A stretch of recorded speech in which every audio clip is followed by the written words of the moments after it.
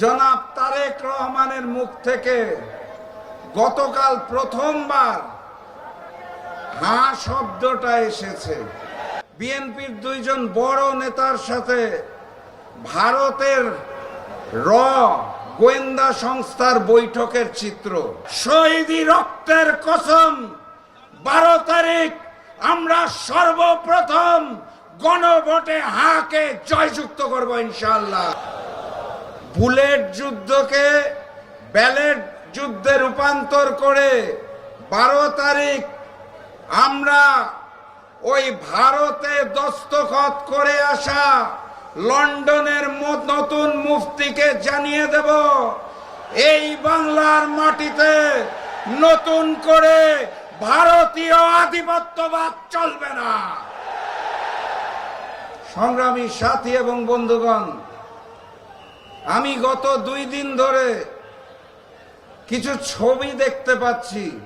আমি জানি না ছবিগুলো সত্য না মিথ্যা, কিন্তু দুঃখের সাথে দেখতে পাচ্ছি বিএনপির দুইজন বড় নেতার সাথে ভারতের র গোয়েন্দা সংস্থার বৈঠকের চিত্র।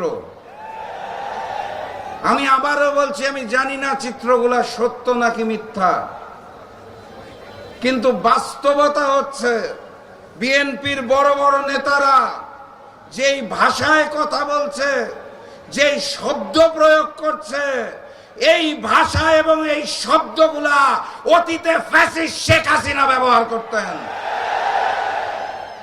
যেই হাসিনা বাংলাদেশকে ভারতের করদ রাজ্য বানাতে চেয়েছিল, সেই হাসিনার মুখের ভাষায় যখন বিএনপির নেতারা কথা বলেন, তখন আমাদের দুঃখের সাথে শপথ নিতে হয় 12 তারিখ এই নতুন জালেম বিএনপির জন্য লাল কার্ড। 12 তারিখে 2টা ভোট দিতে হবে, মনে আছে তো নাকি? প্রথম ভোটের নাম হচ্ছে গণভোট। গণভোটে গণভোটে গণভোটে শহীদি রক্তের কসম, 12 তারিখ আমরা সর্বপ্রথম গণভোটে হাঁকে জয়যুক্ত করব ইনশাআল্লাহ।